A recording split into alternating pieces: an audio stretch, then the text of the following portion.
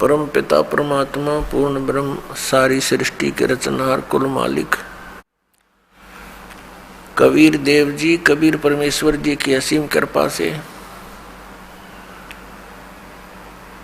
हमें ये सत्संग प्राप्त हुआ।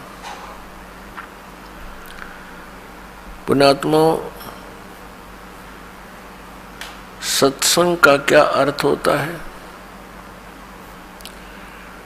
सीधी सी बात है, जहां पर सत्य का साथ हो, सत्य का आधार हो, उसको सत्संग कहते हैं। तो ये सत्संग अध्यात्म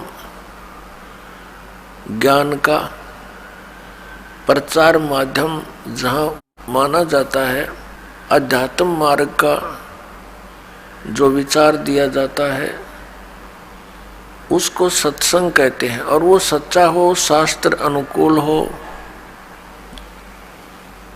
प्रमाणित हो, उसको सत्संग कहते हैं।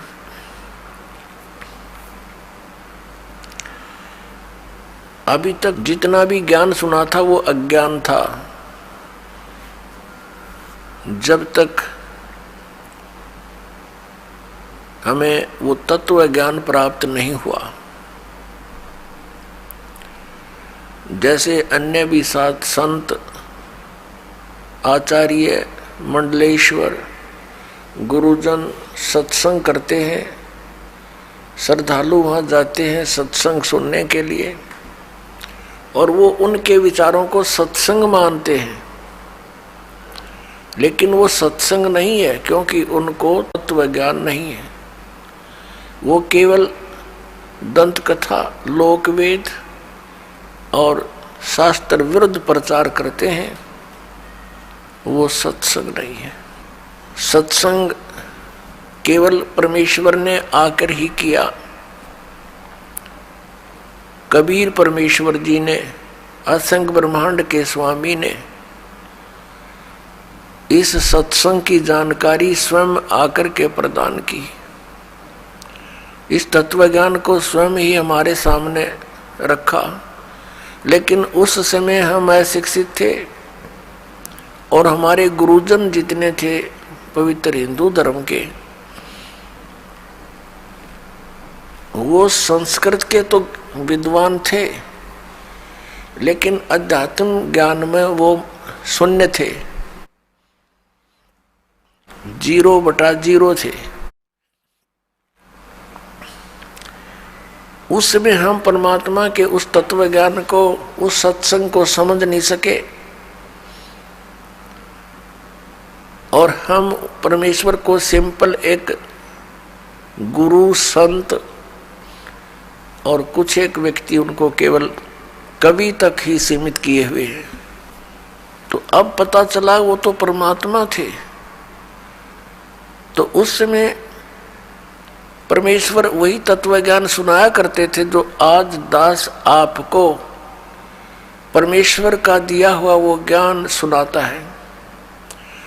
और परमेश्वर के दिए हुए उस ज्ञान को प्रमाणित करने के लिए कि ये सच्चा ज्ञान है, जो परमेश्वर कबीर देव जी ने, कबीर साहब ने 600 वर्ष पहले वर्णित किया था, अपने मुख कमल से उच्चारण करके वो सच्चिदानंद घन ब्रह्म की वाणी बोली थी, वो तत्व ज्ञान बोला था, वो सच्चा था और सच्चा है और सच्चा ही रहेगा। उसके समर्थन में अपने उन पवित्र सदग्रंथों को दास आपके रूबरू करता है, जिनमें वो ज्ञान आज विद्यमान है और उस दिन भी था। जिस दिन परमात्मा के ज्ञान को ये नकली गुरु, केवल संस्कृत के वक्ता ये कह करके नकार दिया करते थे कि कबीर अशिक्षित है, ये एक छोटी जाति का धानक है और इसको संस्कृत आती नहीं है, क्योंकि संस्कृत केवल ब्राह्मण ही पढ़ सकते थे और सभी सदग्रंथ संस्कृत में ही विद्यमान थे।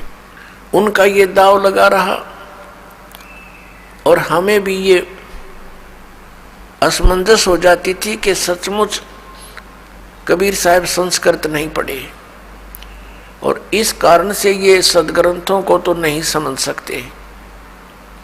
और जो हमारे गुरुजी इस पवित्र हिंदू धर्म के गुरुदेव ये शंकराचार्य माने जाते, आदि शंकराचार्य थे, उनसे ही ये ज्ञान शुरू हुआ जो पूरे हिंदू समाज में समाया हुआ है। उनसे ही सुनकर ज्ञान को आगे ब्राह्मण लोग अपने अपने क्षेत्र में यही प्रचार किया करते थे। अब वो क्या ज्ञान देते थे कि श्री ब्रह्मा विष्णु महेश ये अविनाशी हैं, इनकी कोई माता पिता नहीं। परमेश्वर कबीर देव जी 600 वर्ष पहले कहा करते ये नाशवान है, इनकी जन्म मृत्यु होती है, ये पूजा के योग्य नहीं, ये परमात्मा नहीं है। तो उस समय परमेश्वर का एक घोर विरोध करवा दिया इन नकली गुरुओं ने। परमात्मा सत्संग किया करते थे, सच्चा ज्ञान प्रदान करते थे, और ये नकली गुरु आचार्य ये शास्त्र विरुद्ध ज्ञान प्रदान किया करते थे। अभी तक इनका बोलबाला रहा क्योंकि हम सदग्रंथों से अपरिचित थे। आज दया करी उस परमपिता परमेश्वर ने इस दास के ऊपर एक मेहर की, आप पुण्यात्माओं के लिए इस दास को तैयार किया, उन पवित्र सदग्रंथों को समझूं और फिर आपके रूबरू करूं। और आज हम शिक्षित हैं, सदग्रंथ लगभग सभी अनुवादित हैं। अनुवाद करता भी ये स्वयं ही है जो ये कहा करते ब्रह्मा विष्णु महेश अविनाशी है। तो पुण्यात्माओं 21 ब्रह्मांड में सत्संग नहीं है इस दास के अतिरिक्त, इस बरवाला के अतिरिक्त। ये अभिमान ना समझना, ये सच्चाई समझना। अभिमान तो उस व्यक्ति को होता है जिसने अपने कोई खोज की हो, अभिमान तो उसको भी नहीं चाहिए, लेकिन ये स्वभाव है, हो जाता है। लेकिन जो ज्ञान दास आपके समक्ष कर रहा है वो तो पहले परमात्मा ने हमें दे रखा था, बख्शीश कर रखा था। दास तो उसको समझा रहा है कि भगवान ने ऐसा 600 वर्ष पहले कहा था, और आज हमारे सदग्रंथों में भी प्रमाणित पाया, उसमें उनमें भी लिखा था। तो पवित्र हिंदू धर्म का जो प्रचार कहाँ से प्रारंभ हुआ? आदरणीय आदि शंकराचार्य जी से हुआ। ये आदि शंकराचार्य कौन थे? उन्हीं की जीवनी में लिखा है कि ये भगवान शंकर ही स्वयं अवतार धारक आए थे और माता के गर्भ से जन्म लिया। 8 वर्ष की आयु में ये दीक्षित हो गए थे, संस्कृत बचपन से ही पढ़ने लग गए थे, और 32 वर्ष की उम्र में इनकी मृत्यु हो गई थी रोग के कारण। इतना तो पुण्यात्माओं मानना पड़ेगा, इनका योगदान है इन महापुरुषों का, कि शंकराचार्य जी का जन्म उसमें होना एक वरदान सिद्ध हो गया हमारे लिए। क्योंकि उस समय बौद्ध धर्म का बहुत प्रचार हो रहा था, और शंकराचार्य जी ने बौद्ध धर्म का उसका विरोध किया था ज्ञान से, झगड़े से नहीं, ज्ञान से विरोध किया था। और उसका परिणाम ये निकला कि आज तक भक्ति जीवित रही। यदि बौद्ध धर्म फैल जाता भारतवर्ष में तो पूरा भारतवर्ष नास्तिक हो जाता। बौद्ध धर्म फैला चीन में, पूरा चीन नास्तिक हो गया। इसी प्रकार पुण्यात्मा, यदि उस समय ये पुण्यात्मा आदि शंकराचार्य जी नहीं आते तो आज हम राम का नाम भी नहीं लेते। लेकिन बात वही रही कि आसमान से गिरे और खजूर में अटके, फिर लाभ क्या हुआ? शंकराचार्य जी ने हमें क्या ज्ञान दिया कि जीव ही ब्रह्म है। फिर दूसरा ज्ञान क्या दिया कि श्री शंकर भगवान परमात्मा है, विष्णु भगवान परमात्मा है, शिव भगवान परमात्मा है, ब्रह्मा जी परमात्मा है। ये अविनाशी हैं, इनकी जन्म मृत्यु नहीं होती। और ये इनके आदरणीय शंकराचार्यों के ये पूज्य इष्ट भी हैं, रामकृष्ण, श्री कृष्ण और भगवान विष्णु, भगवान शंकर आदि। ब्रह्मा जी की तो पूजा ये करते नहीं। आज का जो सत्संग आपके लिए रहेगा कि सत्संग 21 ब्रह्मांड में नहीं है, और सदग्रंथों का ज्ञान इस दास के अतिरिक्त या परमात्मा के अतिरिक्त या उन महापुरुषों के अतिरिक्त जो परमात्मा से परिचित हुए, साक्षात्कार किया उनका, वो चंद महात्मा है। पूरे विश्व में उनके अतिरिक्त पूरे विश्व में ज्ञान नहीं, अध्यात्म ज्ञान नहीं उनको, वेदों और शास्त्रों का ज्ञान नहीं। तो फिर सत्संग खाक करा उनने, उल्टा पाठ पढ़ा दिया। अब आपको दिखाते हैं कि शंकराचार्य जो परंपरा है, इसमें क्या पूजा होती है, ये क्या सत्संग सुनाते हैं और किसको ये पूज्य मानते हैं। पुण्यात्माओं, एक विशेष मेहर है मालिक की कि आज मानव समाज को वो सच सुनने को मिल रहा है जिसकी हमें बहुत पहले आवश्यकता थी। फिर भी हम शुक्र मनाते हैं उस परम पिता कबीर भगवान का, जिन्होंने आकर के स्वयं दया करी हम दासों पर और ये तत्व ज्ञान समझा दिया। ये देखिएगा, एक पुस्तक है, एक पत्रिका, मासिक पत्रिका श्री माता, और ये Shri Mata communications private limited का प्रकाशन, आषाढ़ पूर्णिमा संवत 2066, जुलाई 2009, वर्ष 8, अंक 97, ये इनका यहाँ से प्रकाशित है। शंकराचार्य परंपरा संपोषिका, श्री विद्या साधक साहिका।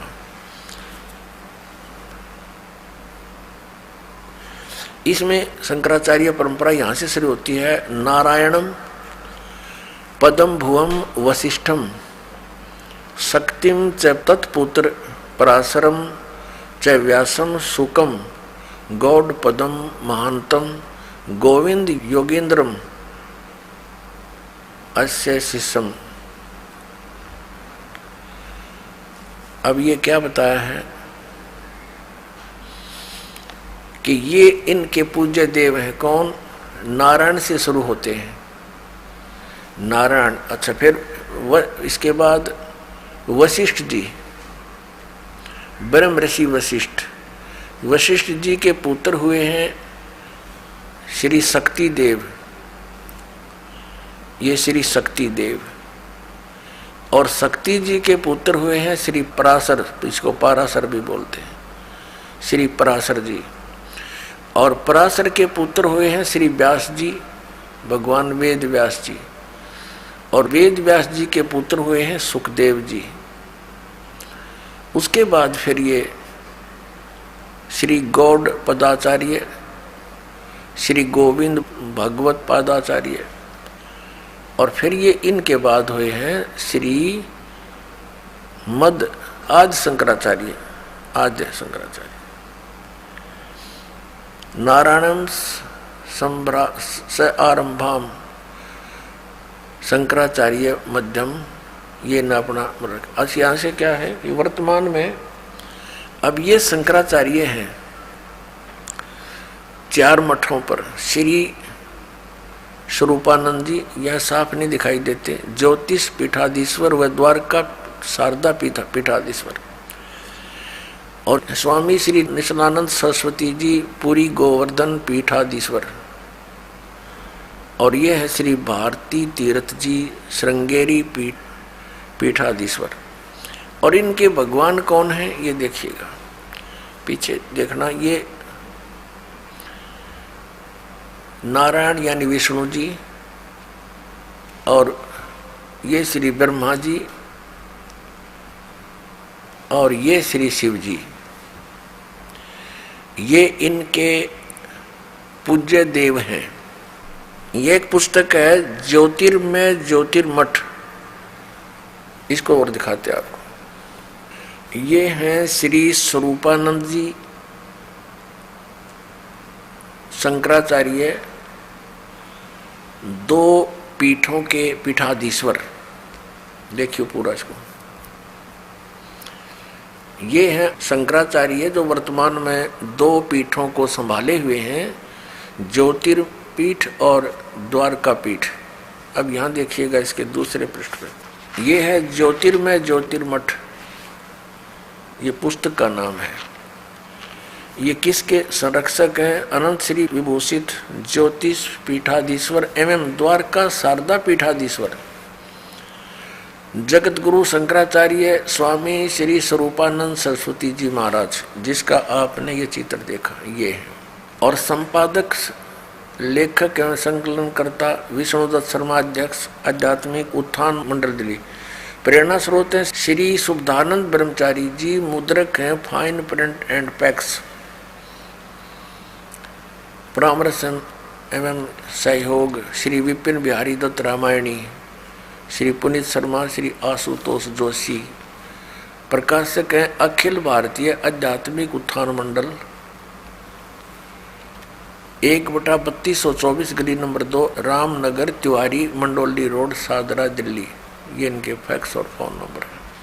अच्छा, इस पे दिखाते हैं आपको 2 नंबर इसकी। अब ये श्री, ये इनका एक पैड है, उसके ऊपर इसने लिखा है पूज्य श्री का संदेश। किसका? स्वामी स्वरूपानंद सरस्वती जी का महाराज।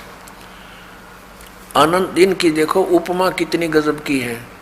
अनंत श्री विभूषित श्री मजद गुरु शंकराचार्य ज्योतिष पीठाधीश्वर श्री स्वामी स्वरूपानंद सरस्वती जी महाराज, ज्योतिर्मठ बद्रिकाश्रम, हिमालय संचार यात्रा स्थान। ये इनके हाथ से लिखा हुआ लेख है कि हमारे शंकर अद्वितीय दर्शन के अनुसार, ये कोई शंकर अद्वैत, ये कोई इनका लेख है जो आदि शंकराचार्य जी का लिखा हुआ अनुसार, भूत भौतिक प्रपंच के मूल में प्रकाश और विमर्श 2 पदार्थ हैं जो मणि और उसकी प्रभा के समान परस्पर अभिन्न है। प्रकाश शिव और विमर्श उसकी शक्ति यानी शिवा, शिव और पार्वती, ये देखो उसकी शक्ति है। पार्वती और परमेश्वर या त्रिपुर सुंदरी या त्रिपुर सुंदर, उन्हीं का अभिव्यक्त रूप है, सब रूप है। शक्ति सौलित शिव ही जगत के सर्जन, पालन और संहार में समर्थ होते हैं। हमारा सीधा संबंध शक्ति के उस स्वरूप से है जो जगत का पालन रक्षण करती है, आदि आदि। अब ये देखिएगा, ये है श्री स्वरूपानंद जी, ये इनके नीचे लिखा इनका पूरा एड्रेस। प्रातः स्मरणीय पूज्यपाद अनंत श्री विभूषित ज्योतिष पीठाधीश्वर एवं द्वारका शारदा पीठाधीश्वर जगत गुरु शंकराचार्य स्वामी श्री स्वरूपानंद सरस्वती जी महाराज। अब देखो आगे, ये पार्वती जी की पूजा करते हैं। ये क्या बताते हैं? भगवती श्री राजेश्वरी त्रिपुर सुंदरी देवी, इसकी पूजा करते हैं। ये इसका प्रमाण आपके समक्ष है, देखिएगा। और भगवान शिव को भी ये समान आदर से देखते हैं। इसी पुस्तक के हम प्रश्न 9 पर आते हैं। ये ज्योतिर्मय ज्योतिर्मठ, इसी पुस्तक के हम इसके प्रश्न नंबर 9 पर पढ़ेंगे। वर्तमान में इन 4 मठों के 3 अधिकृत शंकराचार्य हैं। ज्योतिष पीठाधीश्वर एवं द्वारका पीठाधीश्वर पूज्य स्वामी अनंत विभूषित श्री स्वरूपानंद सरस्वती जी महाराज हैं, और गोवर्धन पीठाधीश्वर पूज्य स्वामी अनंत श्री विभूषित स्वामी निश्चलानंद जी सरस्वती हैं। और दोया के तो ये हो गए स्वरूपानंद जी, इन दोनों के ज्योतिष पीठ के और द्वारका शारदा पीठ के तो स्वरूपानंद जी, और गोवर्धन पीठाधीश्वर पूज्य स्वामी अनंत श्री विभूषित निश्चलानंद सरस्वती जी महाराज, और श्रृंगेरी पीठ के पूज्य श्री अनंत श्री भारत तीर्थ जी महाराज। ये तीनों ने 4 मठों को संभाल रखा है। अब इसके हम पृष्ठ 11 पर पढ़ेंगे। इसमें आदि शंकराचार्य जी का कुछ संक्षिप्त जीवन परिचय है। आदि गुरु शंकराचार्य संक्षिप्त जीवन परिचय। विश्व वंदनीय प्रातः साधना, अलौकिक मेधा, अद्भुत प्रतिभा, क्रांतिकारी रचनात्मक समन्वयात्मक प्रज्ञा, असाधारण तर्क कौशल आदि आदि। अब हम यहाँ से देखते हैं कि लगभग 2500 वर्ष पूर्व शंकराचार्य का जन्म चरमराती आस्था के युग में केरल प्रांत में पूर्णा नदी के निकट तट पर कालाड़ी ग्राम में धर्मनिष्ठ नंबूद्री शैव ब्राह्मण श्री शिव गुरु व धर्मपरायण सुभद्रा के घर हुआ। श्री शिव गुरु तैत्रीय शाखा के यजुर्वेदी थे। शंकराचार्य का जन्म शंकर के आशीर्वाद से हुआ, अतः उनका नाम शंकर रखा गया। गुरु परंपरागत मठों के अनुसार उनका आविर्भाव काल, उनका जन्म समय ईसा पूर्व 2508 या 476 वर्ष माना जाता है। 1 वर्ष की आयु में मातृभाषा में भावों का प्रगट, 2 वर्ष की आयु में पुराण कथाओं को कंठस्थ करना उनकी विलक्षण प्रज्ञा का परिचायक था। 3 वर्ष की अवस्था में उनका चूड़ाकर्म संस्कार हुआ। उसके बाद इनके पिता स्वर्गवासी हो गए 3 वर्ष की आयु में। 5 वर्ष की आयु में गुरु गृह पढ़ने गए, जहाँ 8 वर्ष की आयु में ही वेद वेदांगों का पूर्ण अध्ययन कर लिया। अब हम इसको और ज़्यादा ना पढ़ें, अब हम आएंगे। आदरणीय आदि शंकराचार्य जी ने 4 मठों की स्थापना की और 10 प्रकार के सन्यासी बनाए, जो उनके द्वारा यानी आदि शंकराचार्य जी के द्वारा दिए गए ज्ञान को आगे प्रचार किया करते थे, और जिससे बौद्ध धर्म का वहाँ स्टॉप लग गया और इस ज्ञान का पुण्यात्माओं में प्रचार होना प्रारंभ हो गया। और ऐसे जोर शोर से प्रचार हुआ कि पूरे हिंदू समाज में ये ज्ञान आज तक ग्रहण है। अब आपको दिखाते हैं। आदि शंकराचार्य जी ने बहुत सारे ग्रंथ अपने अनुभव के बनाए। उनमें से एक है मठ आमनाय महाअनुशासनम। इसको दिखाते हैं आपको। ये है मठ आमनाय महाअनुशासनम, आदि श्री शंकराचार्य विरचितम। आदि शंकराचार्य जी द्वारा इसकी रचना की। ये है आदि शंकराचार्य। ये 32 वर्ष की उम्र में इनका देहांत हो गया था। और ये हैं 4 मठ,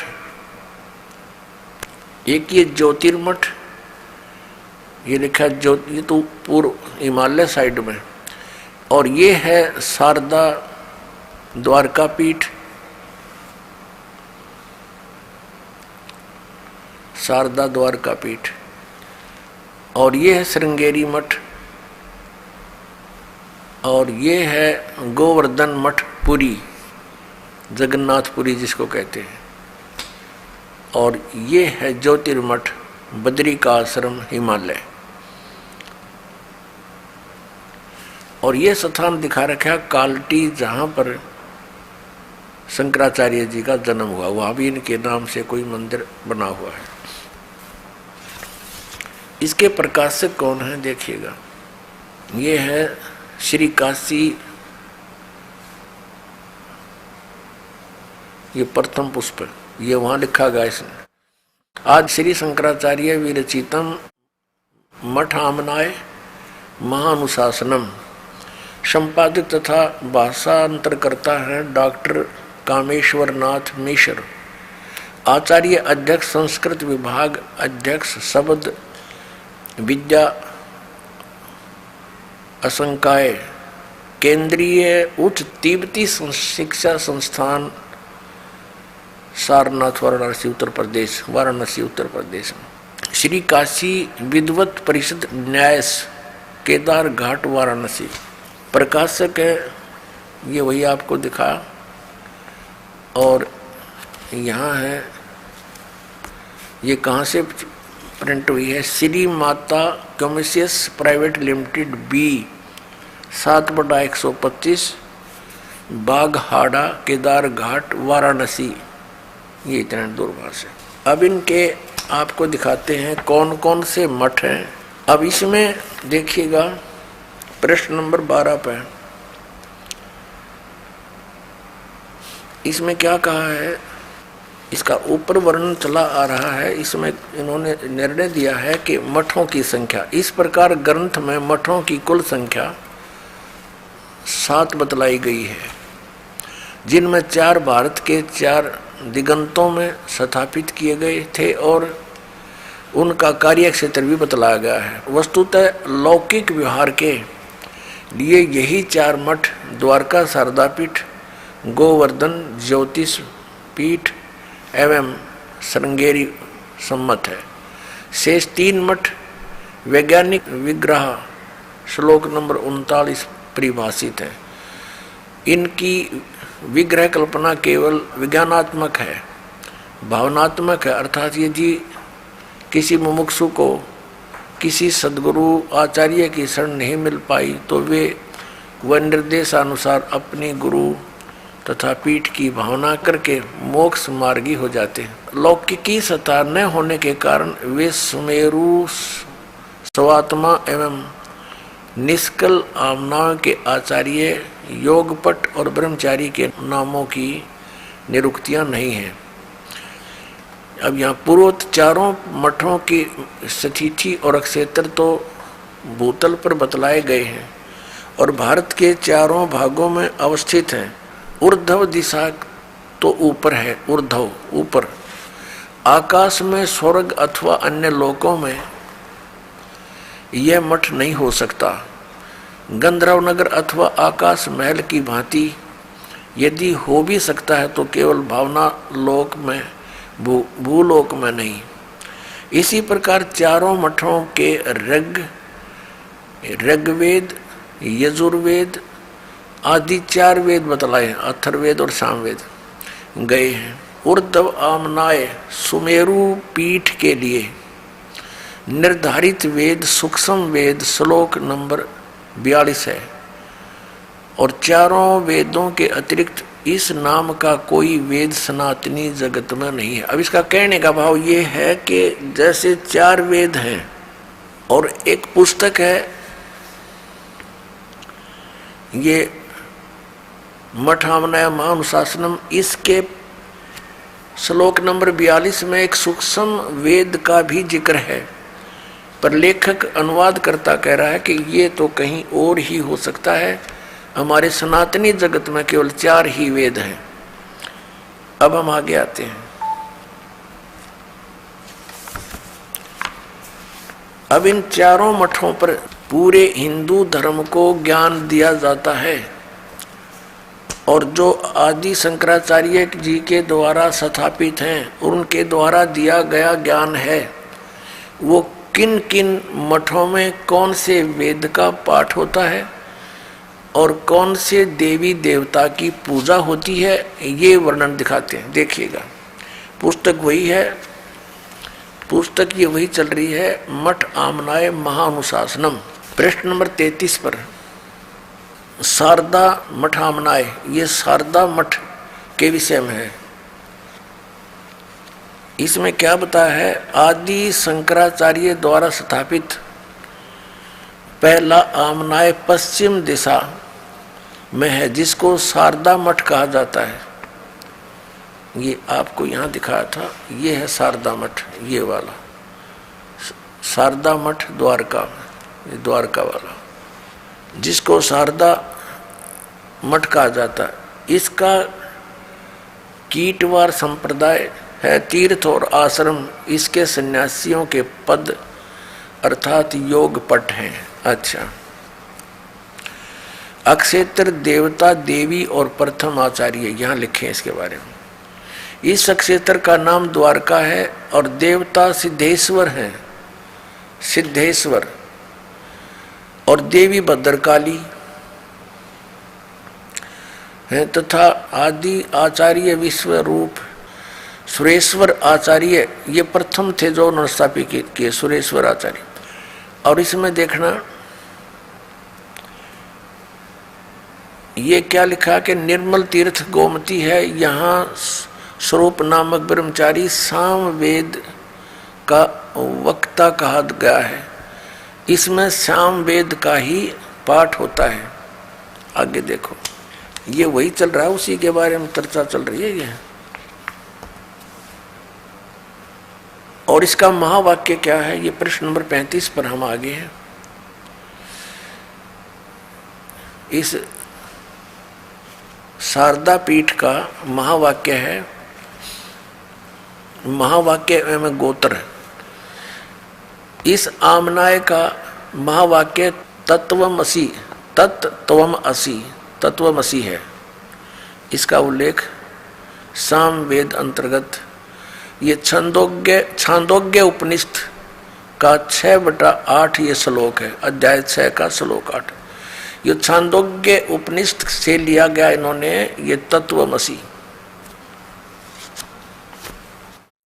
और यहाँ इसका निर्णय दिया कि जो तत्वमसि इन 3 पदात्मक महावाक्य रूपी त्रिवेणी संगम में तीर्थ की भावना से स्नान करता है, अर्थात तत्त्वम पदों का शोधन करके महावाक्य के लक्ष्य अर्थ के चिंतन में तल्लीन रहता है, उसे तीर्थ नाम से कहा जाता है। ठीक,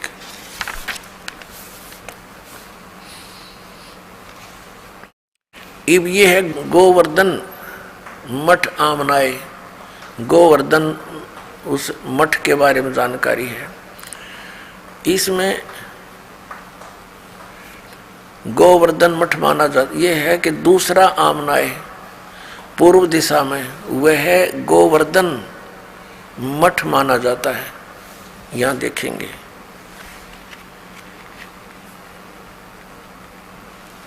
ये है गोवर्धन मठ, यानी पुरी, गोवर्धन मठ जगन्नाथपुरी में। दूसरा आमनाय पूर्व दिशा का है, वह है गोवर्धन मठ माना जाता है। संप्रदाय भोगवार है और वन और आरण्य इसके सन्यासियों के पद योगपट है। अब इसमें क्या है, इसका भगवान कौन है, इसका क्षेत्र पुरुषोत्तम है और भगवान जगन्नाथ इसके देवता हैं और देवी विमला है, आचार्यों के ये नाम है। और इसका जो महावाक्य क्या है, यहाँ पर महावाक्य प्रज्ञानम ब्रह्म, और ये ऐत्रेय उपनिषद का है 5/3। ये यहाँ से लिया है इन्होंने ये मंत्र जाप करण का। और यहाँ पर हम देख रहे हैं 38 पृष्ठ पे है। इस मठ के ब्रह्मचारी के लिए ऋग्वेद का ही पठन सब अध्याय बतला गया है और गोत्र का नाम काश्यप है। इसमें गोवर्धन पीठ में ये ऋग्वेद पढ़ते हैं और नहीं।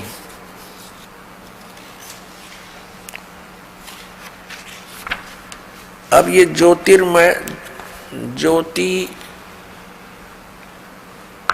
ज्योतिर्मठ आमनाय, इसका दूसरा नाम, तीसरा आमनाय उत्तर दिशा का है जो कि ज्योतिर्मठ है, अथवा उसका दूसरा नाम श्रीमठ भी कहा गया है।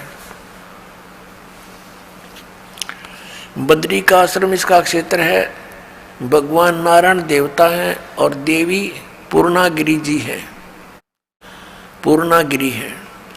और तोटक आचार्य इसके प्रथम आचार्य कहे गए। और यहाँ इनका महावाक्य क्या है? अयम आत्मा ब्रह्म, ये मांडुक्य के उपनिषद का दूसरे अध्याय से लिया गया है, दूसरा श्लोक है। यह आत्मा ब्रह्म है, क्लियर कर दिया। अब देखते जाना इनके कारनामे, करामात। आनंद नामक ब्रह्मचारी अथर्ववेद का उपदेशक होता है। अब चौथा देखो, ये है प्रश्न नंबर 44 पर। और श्रृंगेरी मठ आमनाय, ये चौथा है। चौथा दक्षिण दिशा में अवस्थित आमनाय है। मठ का नाम श्रृंगेरी है, संप्रदाय भूरीवार है और गोत्र भूर्भुव है। इसमें सरस्वती आदि सन्यासी रहते। रामेश्वर नामक का क्षेत्र है। भगवान आदि वाराह है, आदि वाराह इसका देवता है। और इस मठ की देवी कामाक्षी हैं। और इनका महावाक्य क्या है? यजुर्वेद यहाँ पढ़ा जाता है। ब्रह्मचारी चैतन्य नाम का होता है और जो यजुर्वेद का स्वाध्यायी होता है, इसका ही महावाक्य अहम ब्रह्मास्मि वरहद उपनिषद का 3/4/10 कहा गया। या इस वरहद उपनिषद से लिया गया यू अहम ब्रह्मास्मि, और नाम वेदों का ले रही है। अब इन शंकराचार्यों द्वारा कैसा ज्ञान दिया जाता है, थोड़ी सी एक झलक दिखाते हैं। ये पुस्तक है हिमालय तीर्थ,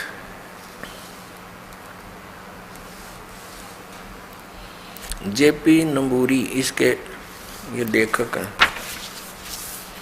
हिमालय तीर्थ जेपी नंबूरी उप मुख्य कार्यकारी श्री बद्रीनाथ केदारनाथ मंदिर समिति,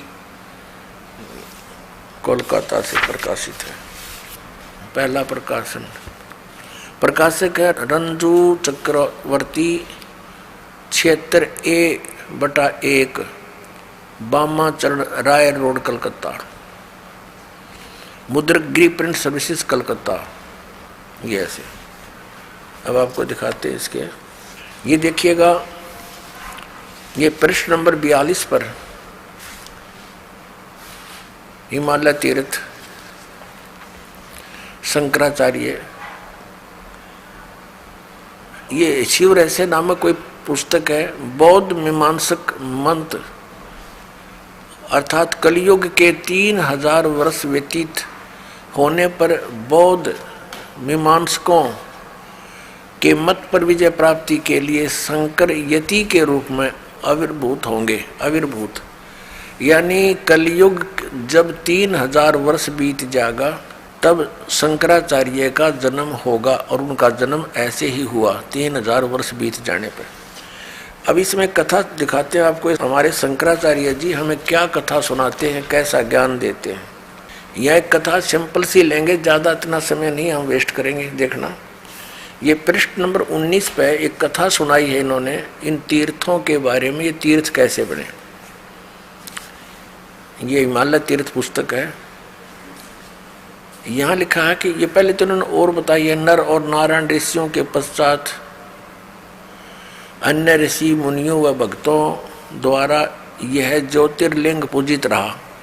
एक भगवान ने कोई किसी नर और नारायण नामक व्यक्तियों की पूजा से प्रसन्न होकर ज्योतिर्लिंग की स्थापना की, उसकी ये पूजा करते रहे। उसके तत्पश्चात महाभारत काल में पांडवों द्वारा गोत्र हत्या अर्थात महाभारत युद्ध में अपने भाई बंधुओं आदि की हत्या के पाप से मुक्ति हेतु यहाँ पर देवादिदेव महादेव की आराधना की।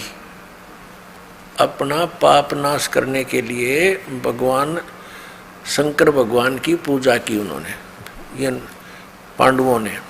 इसी प्रसंग में पुराणों में एक कथा आती है, भगवान वेद व्यास जी की आज्ञा से पांडव केदार क्षेत्र में गए। भगवान महिष यानी भैंस का रूप धारण कर केदार अंचल में विचरण करने लगे। भगवान शंकर ने भैंस का रूप धारण किया और उस केदार अंचल में यानी उस क्षेत्र में घूमने लगे भैंस बनकर। और भीम ने भगवान शिव को मायावी महिषी के रूप में पहचान लिया।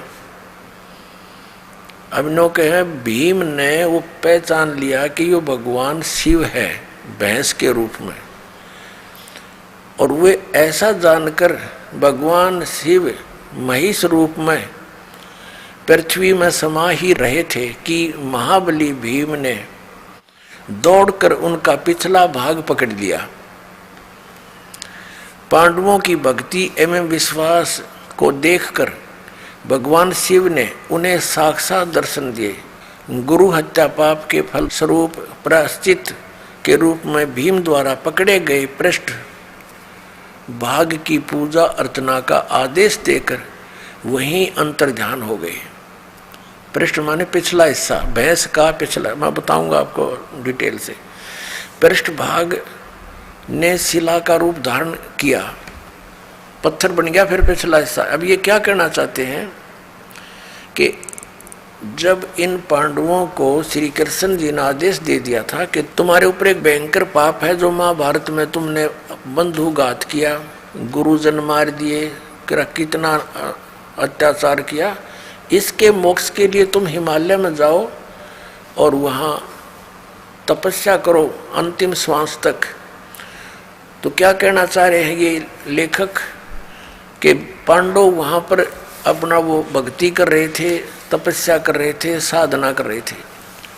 भगवान शिव आगे वहाँ पर भैंस रूप धारण करके अन्यों के भीम ने पहचान लिए और भीम दौड़ा तो भगवान शंकर समझ गए उसको, इस कारण से वो पृथ्वी में समान लग गए और फिर केवल पृष्ठ भाग यानी पिछला हिस्सा शेष रह रहा था पृथ्वी में। जानते महाबली भीम ने पकड़ कर डांट लिया कसूती तरह, और वो फिर इतना बार रह गया, फिर वो पत्थर का बन गया।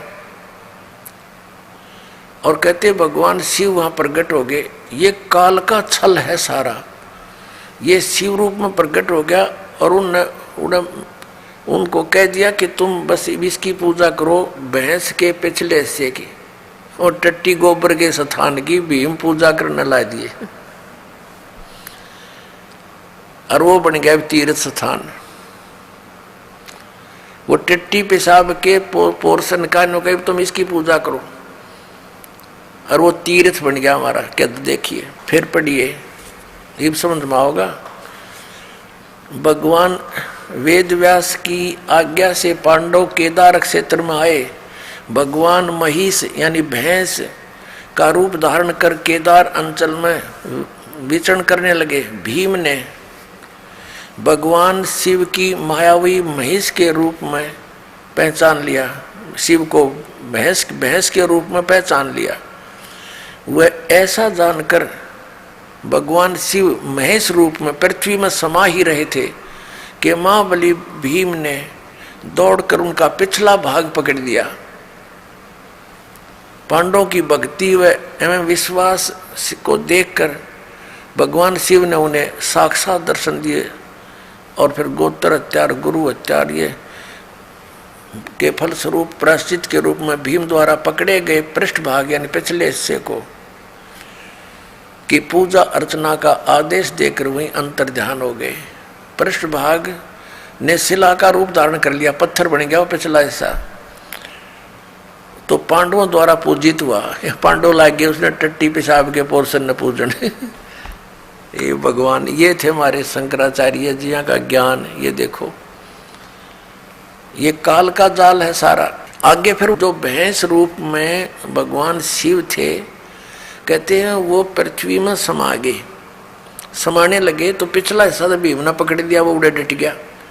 अब आगे कौन कौन से पैर कहाँ गए, मुंह कित निकला जाकर उसका, ये देखियो। ये 19 पृष्ठ पे पढ़ रहे हैं हिमालय तीर्थ के। यहाँ आ गया अंतर जानेंगे। और वो फिर पिछला हिस्सा, पृष्ठ भाग यानी पिछला हिस्सा, ये पिछला भाग है। भीम द्वारा पृष्ठ भाग जो है निशिला का रूप धारण कर लिया और पांडवों द्वारा पूजित हुआ। पांडव उसकी पूजा करने लगे, फिर पूछड़ की, और तब से आज तक पूजित है। आज तक उससे की पूजा पर लग रहे हैं भक्त। महिष का अगर भाग नेपाल में जाकर प्रकट हुआ, ओहो। और जो पशुपति नाथ के नाम से विख्यात हुआ, अरे वाह देवताओं। कहते हैं उस भैंस का अगला मुंह सिर उड़ा निकला जाके कहाँ, नेपाल में। ओहो। महेश का अगर भाग यानी अगला हिस्सा, मुंह सिर, नेपाल में जाकर प्रकट हुआ, जो पशुपति नाथ के नाम से विख्यात हुआ। अब वहाँ पशुपति नाथ के नाम से मंदिर बन गया, लोग वहाँ पूजन लगे। ये इन हमारे शंकराचार्यों द्वारा दिया गए ज्ञान पर आधारित पुण्यात्मा वो साधना कर रहे हैं। महिष के अन्य 4 भाग कर्म से तुंगनाथ में बाहु, रुद्रनाथ में मुख, मद महेश्वर में नाभि और कल्पेश्वर में जटा। इस प्रकार केदारनाथ को छोड़कर महेश रूपी भगवान शंकर के अन्य 4 भाग केदार क्षेत्र में प्रतिष्ठित हुए। केदारनाथ सहित ये स्थान पंच केदार नाम से विख्यात है। अब देखो, नेपाल में पहुंच गया अगर भाग, महेश का अगर भाग नेपाल में अगला हिस्सा, और बाकी ये सारे भारत में रह गए। और वो नेपाल में जो पशुपति नाथ की पूजा होती है, वह ऐसे इनके बनाए हुए ये अपना विधान है। देखो पुण्यात्माओं, हमने वो साधना करनी है जो हमारे पवित्र वेदों और पवित्र गीता में लिखी है। हम ये नहीं कहते कि ऐसा ना हुआ होगा। भक्ति मार्ग में कोई भी चीज असंभव नहीं होती, क्योंकि ये काल भगवान 1000 कला का भगवान है, सहस्र कला का और सहस्र भुजा का। तो ये भी बहुत प्रबल है, बहुत शक्ति युक्त है, सिद्धियां हैं इसके अंदर। ये कुछ भी कर सकता है इस प्रकार के भ्रमित करने के लिए। तो हम ये नहीं कहते कि ऐसा नहीं हुआ होगा, ये फिर ये तो यादगार रहेगी। हमने पूजा वही करनी है जो हमारे सदग्रंथ बताते हैं। अब आगे दिखाते हैं महापुरुषों के और क्या विचार हैं। अब देखिएगा, एक पुस्तक है धर्मरथ।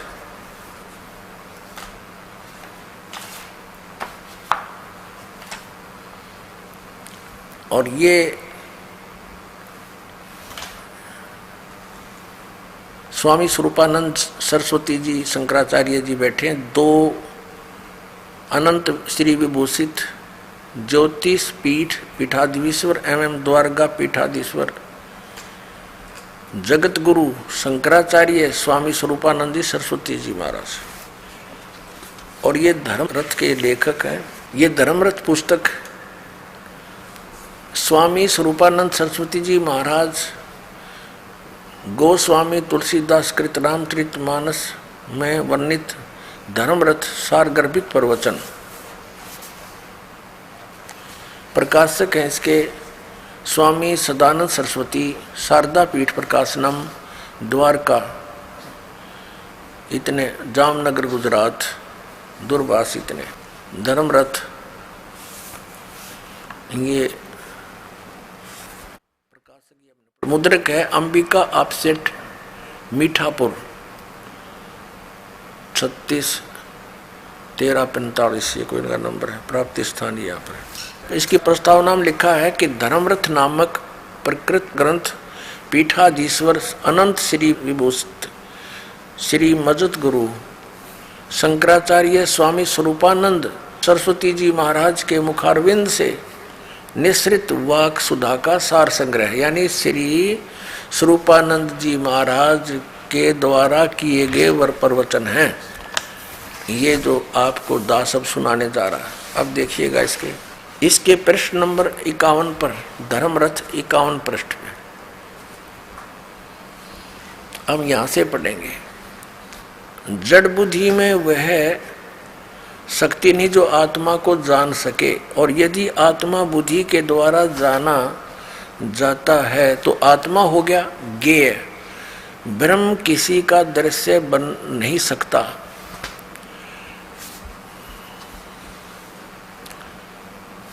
दृश्य नहीं बन सकता तो फिर बुद्धि ब्रह्म को कैसे जान सकती है? यह प्रश्न बना रहता है,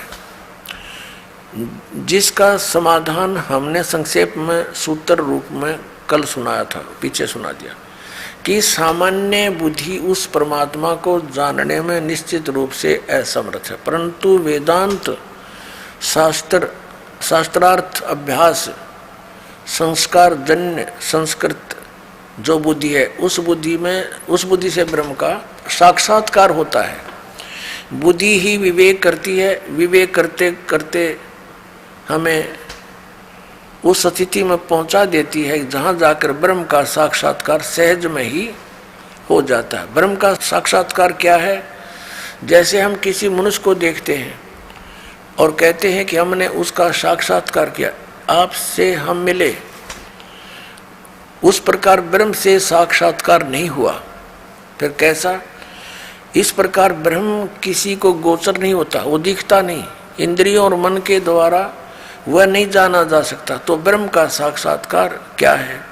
वस्तुतः स्थिति यह है कि ब्रह्म को सब जानते हैं। किस रूप में जानते हैं? जिस तत्व के रूप में श्रुतियों ने आत्मा को बतलाया है। आत्मा सबको विदित है। मैं हूँ यह कौन नहीं जानता?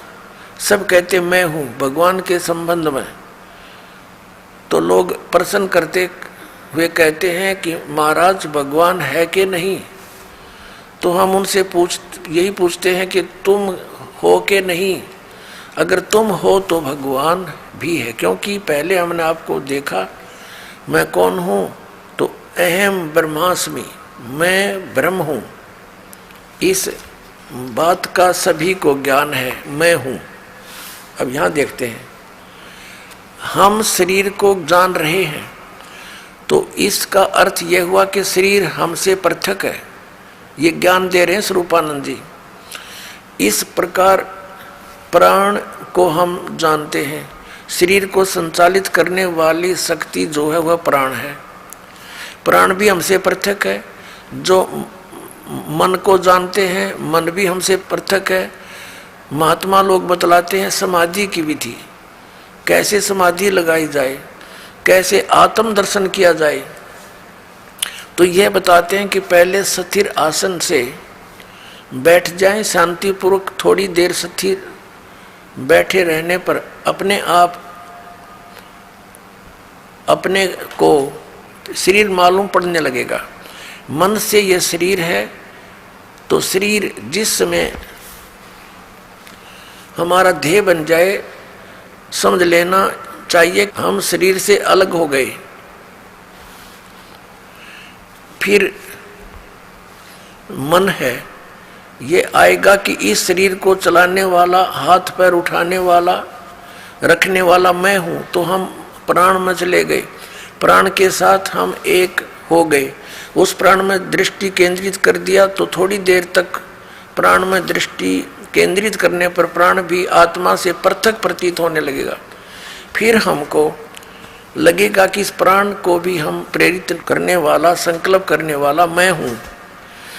तो इस प्रकार अर्थ यह है कि हम मन के साथ जुड़ गए उस मन को भी देखने लग जाए, मन में भी अपनी दृष्टि केंद्रित कर दी जाए, तो मन भी अपनी आत्मा से पृथक होने लगेगा। फिर यह मन में विचार आएगा कि यह संकलात्मक विकलात्मक प्रेरित करने वाला निश्चय करता मैं हूं। तो इसका अर्थ यह हुआ कि हम बुद्धि के साथ तादाम आपन्न हो गए, यानी उसके जैसे हो गए। तब हम बुद्धि में दृष्टि को केंद्रित कर दें तो बुद्धि भी अपने आप पृथक प्रतीत होने लगी। जहाँ शरीर, प्राण यानी श्वास, मन, बुद्धि, इन सब को अपनी आत्मा से अलग किया, तो ये जो झूठ था, मैं इसको हम अहंकार कहते हैं, जड़ चेतन की ग्रंथि कहते हैं, यह मैं समाप्त हो जाएगी। इसके समाप्त होते ही शून्य का अनुभव होगा। परंतु इस शून्य का अनुभव कौन कर रहा है? शून्य का भी तो कोई अनुभव करता है, उसके द्वारा। तो जिसके द्वारा शून्य का अनुभव हो रहा है वह शून्य नहीं है, वह पूर्ण है। तो उसमें अपना चित्त स्थिर करके फिर उसको विचलित न होने दें। आत्मा में अपने मन को स्थिर करके कुछ भी चिंतन न करें। इस समाधि में जो अनुभव होगा, उस समय वेदांत के संस्कार से युक्त इस अनुभव को समझ लेना कि यही ब्रह्म है। अब इनका कहने का तात्पर्य है कि जैसे हम समाधिस्थ होते हैं, उसमें पहले हम देखेंगे हम शरीर हैं, शरीर को भी कोई बोल रहा है कि ये मेरा शरीर है। फिर मन को देखते हैं, मन मेरा कोई और बोल रहा है। फिर श्वासों को भी, फिर हाथ पैरों को हिलाने वाला कौन है, वो कोई और है। तो कहते फिर कति शून्य हो जाओ, शून्य में आप कुछ भी ना चिंतन करो, फिर आपको महसूस होगा कि आप कौन हो, हम आत्मा है। तो ये जो आत्मा है ये पूर्ण परमात्मा है। इनका अर्थ ही है कहने का। और इसको क्लियर करते हैं, स्पष्ट करते हैं इसको।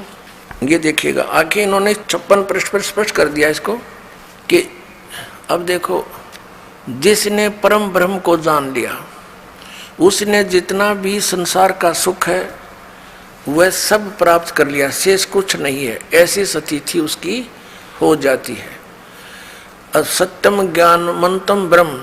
अब यहाँ आते हैं निवृत्ति में। हम अपौर से वेद वाणी से सुनते हैं कि ब्रह्म सत्य है। ये वेद वाणी को अपौर से मानते हैं, किसी मनुष्य के द्वारा नहीं बोली गई, ठीक है। उस ब्रह्म सत्य है, ज्ञान है, अनंत है, वह अंतःकरण में ही अवस्थित है। तो हमारे मन में उसके अस्तित्व के संबंध में जो संदेह है, उसकी निवृत्ति उस ज्ञान से हो जाती है। 4 महावाक्य हमारे वेदों में बतलाए गए, ये वेदों के नहीं, इन्होंने बल्कि उपनिषदों से ले रखे। 4 महावाक्य हमारे वेदों में बतलाए गए हैं, जिनमें अथर्ववेद का महावाक्य अयम आत्मा ब्रह्म, यजुर्वेद का महावाक्य अहम ब्रह्मास्मि, ऋग्वेद का महावाक्य प्रज्ञानम ब्रह्म, सामवेद का महावाक्य है तत्वमसि। तो ये 4 महावाक्य बतलाए गए हैं।